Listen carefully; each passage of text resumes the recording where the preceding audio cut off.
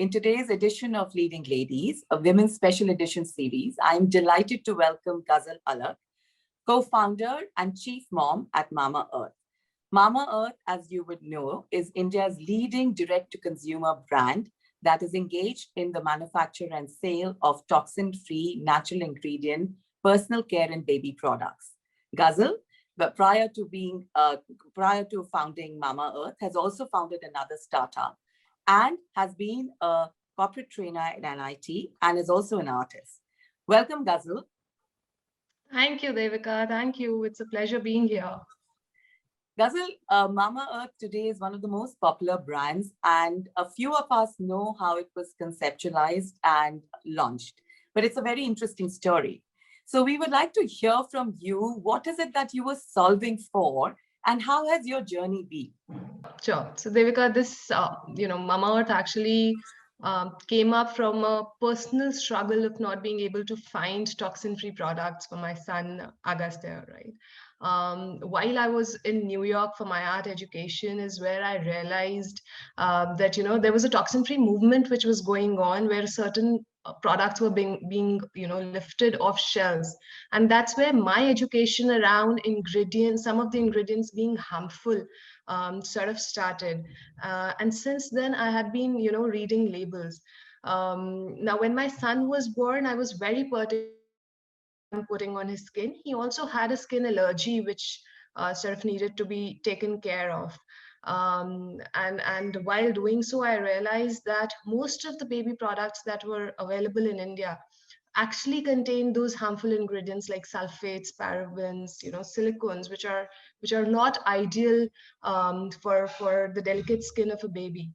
And while outside of India, there was a list of ingredients which were banned to be used. India did not have any such regulation at that point of time.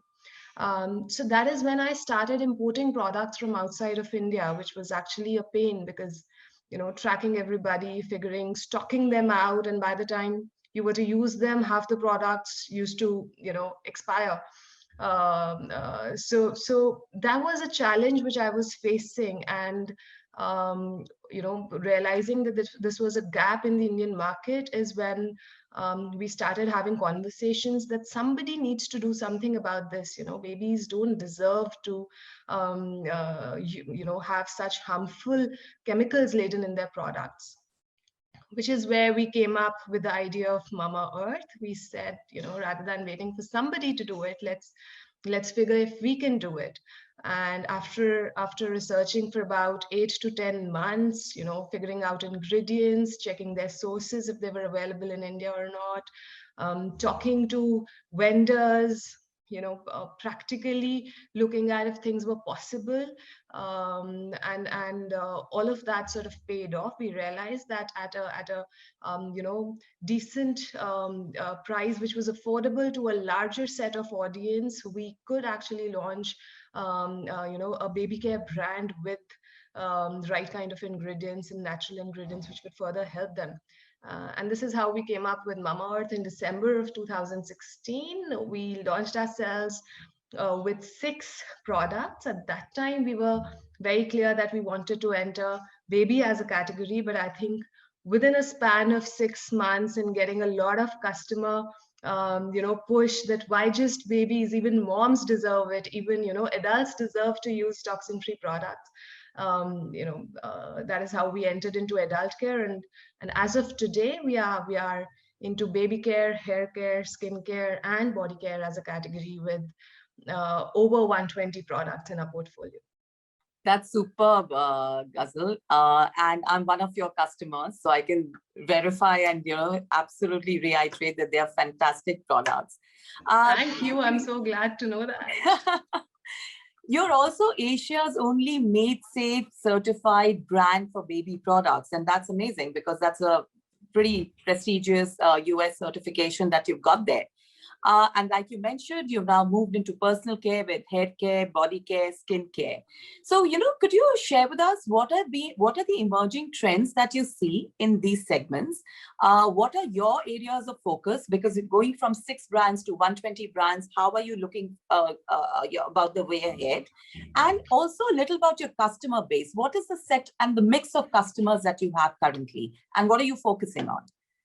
Sure, Devika. That's a lot of questions. Let me just pick it, one by one. We were Asia's first brand to get Made Safe certification, and that there was a problem that we thought would come. There have been baby care brands which were there in India for centuries, and people have been using them generations over generations. One of the key challenges that we thought would come is that why would a new mother trust a new brand? Just us coming out and saying that we are toxin free, we are natural, and you should use us. Why should a mother trust you? Which is where we brought this not-for-profit US-based organization, which is Made Safe, to certify us. That said, since our launch, there are a couple of more brands which have been following suit. And we are very happy to know that we've brought that sense of consciousness into the Indian market with our proposition of toxin-free. But yeah, now further coming to your next question on, expanding to over 120 products and identifying what consumers need, I think since we started, right, we have been very close to our customers. I was talking to a few mothers month on month, just to understand, take feedback on the products, understand their problem, because that is what we wanted to be. We wanted to be, a purpose-based brand who understands the consumer so well that we try and solve problems that they are facing. For example, for a very brief period of time, babies suffer from this problem of colic, right? Colic is this excruciating stomach pain which happens, and the only solution which was available in the Indian market was a medicine that they had to take. Now, newborn kids, right? You're advised to give them only mother's milk. Why would you give them medicines if that can be solved topically? Which is where we came up with 100% hing roll-on, which is actually a DIY that our daddies and nannies used to use. Problems like these is what we have been trying to understand, be it any category that we have entered. Mothers experience a lot of hair fall post giving birth, so solving that, right? Adults looking for easy to use options. So our TG is millennials, right? We want to cater to them with the best proposition, with something that they're looking forward to. And today's millennial audience, values the age-old nuskhas that dadimas and nanimas used to use. That said, they don't have the time to sort of do all of it at home and create those recipes. So we understand those problems and we innovate basis that. And worked how, Ghazal? You have grown from 16 crores in top line 2 years ago to 100 crores, crossing 100 crores last year in 2020 March. And you will be crossing 500 crores this year. That is unimaginable and absolutely awe-inspiring. And I know we are aware that the pandemic has been able to give a boost to a lot of digitally led brands. But even so, this is exponential growth. So what have been your key success factors for this growth? So Devika, I think as unfortunate as this pandemic was for all of us around, there was a certain trend which favored e-commerce, right? People were at home, they wanted the needs did not end. For that matter, they increased. You were staying at home, you were spending time with the family. People started ordering, and for that matter, we saw a lot of spike in tier 2, tier 3 cities as well, where people wanted to experience, and that said, probably they did not have any other option because large part of the shops were closed. I think that is something which worked to our favor in the last 1 year. That said, when the entire country went into lockdown, right, the one thing which gave us sort of sleepless nights was business continuity, right? How do we ensure that the business continues? And I think my husband Varun spent days together at police station trying to get the license to start operating, because while we are into personal care, I think the baby segment also lies in essentials, and it was important for the people to get those products, because why would you use something else just because the services are closed and you wouldn't so that is something that we were really focused on. I think we were the first ones in terms of FMCG brands to get the license to start operating again. Even after that, marketing was something which people suddenly stopped focusing on. Everywhere they were like, people are not buying, shops are closed. That said, what we observed was that since nobody was doing media per se, the costs had significantly come down, and that is what we focused at. We said, okay, rather than following suit of not doing anything, let's go aggressive. And we took advantage of the low CPMs there, which again favored the kind of growth that we could get because of the low marketing spends. Innovation, like I said, we did not stop innovating. For that matter, we launched 58 products last year. Well, there was a lot of supply chain issues. You could not get your packaging material from China. Figuring out, how can you do that same thing within India, identifying new vendors, creating new capabilities, taking care of supply chain. I think it was a roller coaster ride for us, but we were just not okay saying that, this is a problem which we cannot solve for now. We just approached everything that, yes, there are a lot of problems, we might have solved one. Now, how do you solve the rest of the 99 problems? So that is the attitude which not just from us as founders, but even from the team came out during the lockdown phase, where each function grew and contributed to the success that's showing today. Well said, Ghazal. In fact, I also think that two other things that I noticed in your growth story was this vitamin C product line that you launched, which I think just was huge during the pandemic, especially. Also, you kind of also focused on building your offline presence. And I have a question to that, because most of the digital first platforms I see, or brands that are online, right, over a period of time do pivot into an omni-channel platform. And I see your growth focus there too. And this is a question we asked Advaita at Nykaa, and we would like to put the same question to you, that in India, is it very important to have the offline presence? And what are Mamaearth's plans towards this? Sure. So Devika, when it comes to Mamaearth, or for that matter, I think Honasa, we are a digital first brand, and we will, sort of continue to be digital first. That's it. Now, even the offline presence that we are sort of building and taking forward is not a mass distribution play, but it's more of identifying the right kind of stores which consumers want to see us in, right? Just to get an understanding of what the product looks like, what the product feels like. We have testers that people can actually use to experience products in these offline stores. It's just to be reachable to a large amount of audience which might not be comfortable buying something which they haven't touched or seen. And that is where we are now going offline. Yes, there is an aggressive play, because there's there's opportunity there to grow. But from a brand's vision point of view, we are still going to be digital first, and we are sort of building that forward.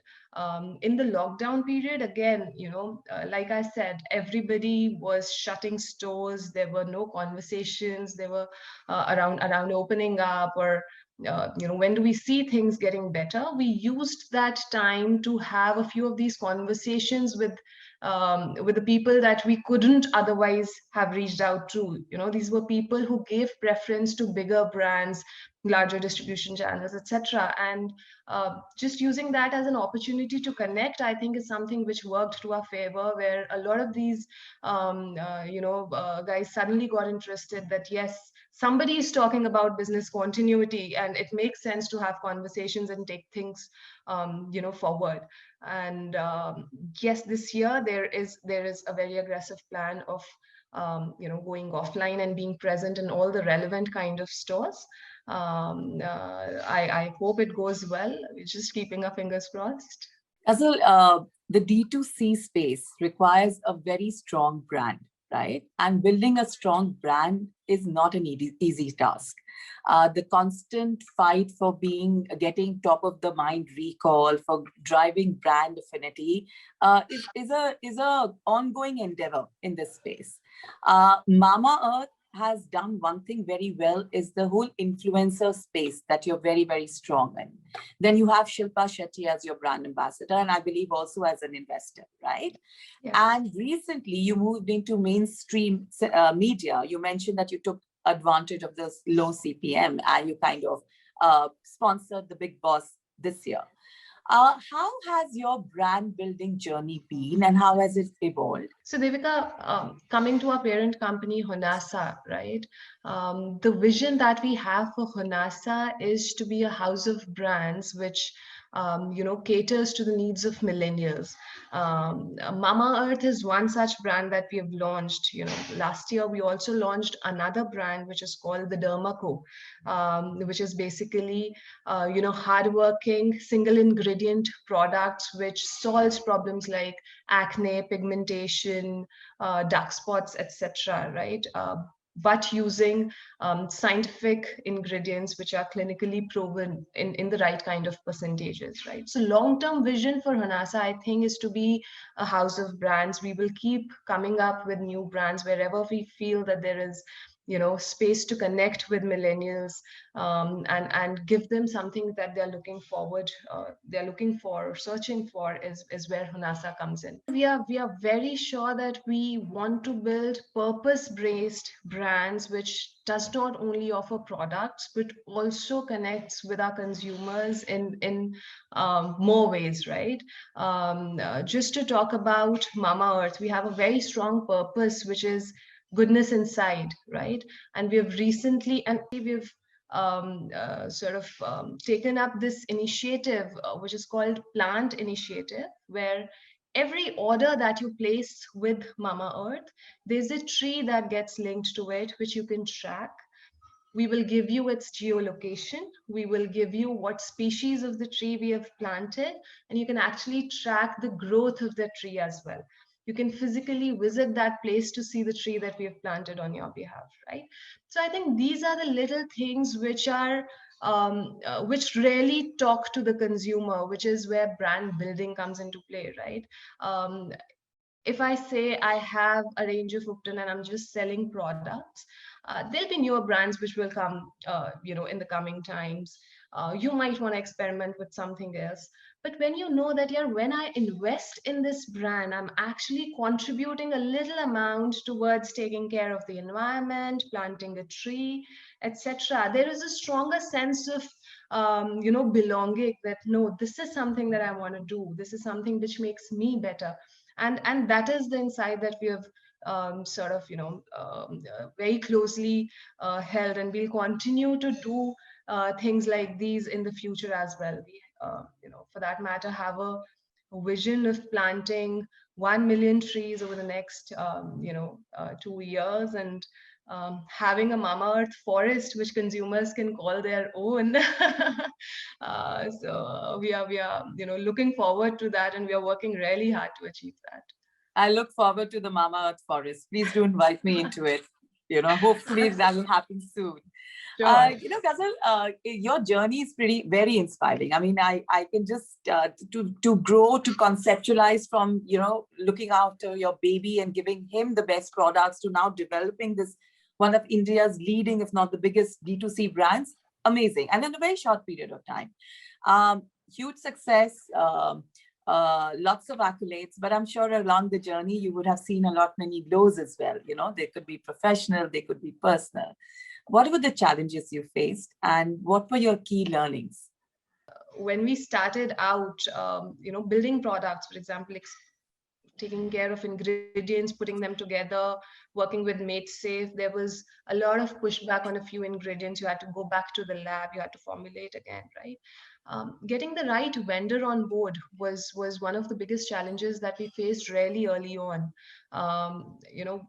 One vendors is generally a male dominated play. I mean, going to factories, getting into packaging, talking to packaging vendors, right? All of these, and you were not a brand right then, right? You were just someone who was trying to make its way. And why would these guys spend their time and energy on developing something which they have not developed before and putting in so much effort to get the product right? A lot of these vendors just did not understand what we were trying to do.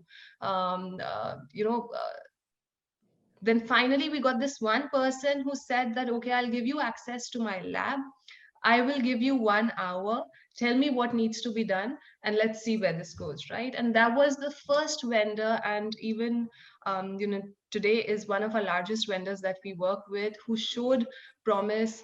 So I think that was one of the biggest challenges, right? How do you start? Where do you start? Who are the right people who can come on board with you to sort of just take that one step forward? Was a big challenge. Then like I said before, why should a consumer trust you? What are you doing which is different? Even if it's different, you're so new, and everybody says that I am good. But when somebody else says that no, this is good, is when the consumers trust, where we brought in Made Safe. I think that was another challenge that we faced. That I was a new mother. My son was just 2 years old. Managing motherhood with entrepreneurship, both of them were like babies who needed equal amount of attention and could not go neglected even for a single hour. Was another challenge. How do you manage time? How do you take care of family plus kid plus work? Was something that I was not very comfortable with. That said, over time, that is something which has helped me be the person that I'm today. It just taught me how to manage time, and also made me realize that I was the only one who could help myself figure that out, right? I started waking up at 4 a.m. in the morning. I started giving 4 to 6:30, which was a me time. I started this club, which was the 4 a.m. club on Instagram as well, where a lot of folks joined me to do the same. And I think that is something which I still do till date. I wake up anywhere between 4 and 5 to give those 2 extra hours, which just help me set the flow for the entire day, right? What I want to do, what I want to achieve. And I don't have to give up on anything. Ghazal, that's actually a very kosher work schedule that you outline, and very, very positive attitude, and completely agree there. I also, while you were speaking, I was wondering who has been your inspiration in this journey. I mean, what inspires you? Who inspires you? So Devika, I think the two most inspirational people in my journey of starting up were my mother, both my mothers, right? My mother and my mother-in-law. My mother has always taken care of the family while giving due importance to her passions, be it reading, be it writing. She always used to ensure that I don't give up on something that's important to her. My mother-in-law has been working for almost 40 years. Last year, she got retired. I mean, she got retired, and immediately the country went into lockdown is how we talk about it at home. So bringing what these two women have done day on day, I think really inspires me. It really pushes me to do best, raising kids, working, taking care of your passions. I mean, if I am in the process of sort of taking care of these three things together. I still need their help a lot of times. But yeah, whenever I think that I won't be able to do it, I just, think about how they've done it, which was 40 years back. And, it will be unfair if I say I can't do it. I also now want to talk a little about what is next for Mama Earth. Where do you see yourself? Yes, you mentioned that there is the derma company that you've launched. There will be more products that you launch. But if you were to look at the next 3-4 years, what are the plans that you're making for Honasa? I mean, I would not just say Mama Earth, because you've now mentioned that you have a bouquet of brands that you want to build under the parent company. So what plans for it? I think we've reached this first mark of 500 crores that we're looking forward to. Now with Mamaearth, we want to be 1,000 crore brand, for that matter, fastest of 1,000 crores probably over the next 2 to 3 years, and that is what we and the entire team is gearing for. As far as Honasa is concerned, like I said, house of brand is the strategy that we want to go. That said, we want to showcase that, we have built a playbook with Mamaearth. Now that playbook in itself should be replicable to all the other brands that we come up with, and make them grow even faster. Faster than what we were able to achieve in Mamaearth. Now, for example, if I have to just give an example, what we achieved in Mamaearth in about 24 months, we have achieved that in 12 months with the Dermaco. And that's the kind of narrative that we want to have for Honasa going forward. That we are a house of brands. We have playbooks through which we can scale up any brand that connects with the millennials, or we come up with. Wish you luck on that, Ghazal. But before we go, we want to touch base with you on your love for painting. I believe you love abstract painting. You have graduated, you've done your certification from the New York School of Art. You're also exhibiting in New York. How amongst all of this, starting at 4 a.m. and having such a rigorous work schedule, do you manage to pursue your love for arts? So Devika, I was very, very actively painting, exhibiting, and selling my works before I started Mamaearth. There was something which I connected with, and I was very sure that for the rest of my life, this is something that I want to do. But then for a larger purpose, which was more personal, Mamaearth came in. I think first 8 months, I was not able to paint at all because I was just not able to figure out time.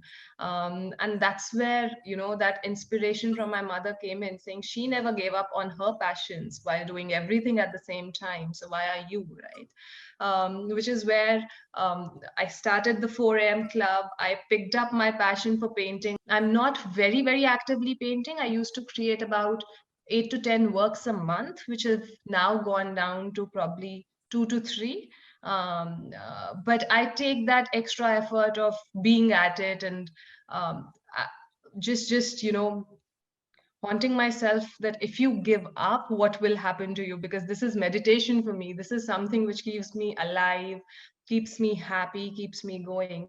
Now, 4 a.m.s are the times, but when 4 a.m.s don't work, say in a couple of weeks, I have more things to take care of, like the current week. Then I pull out some time from the weekends where I bring my son down. Both of us are painting at the same time with a little music going on in the background, just making it fun, and involving the family into it is also a way to keep up. We wish you great success and very happy momentum, and going forward, hope to see more from you. Thank you so much for those kind words, and I look forward to meeting you.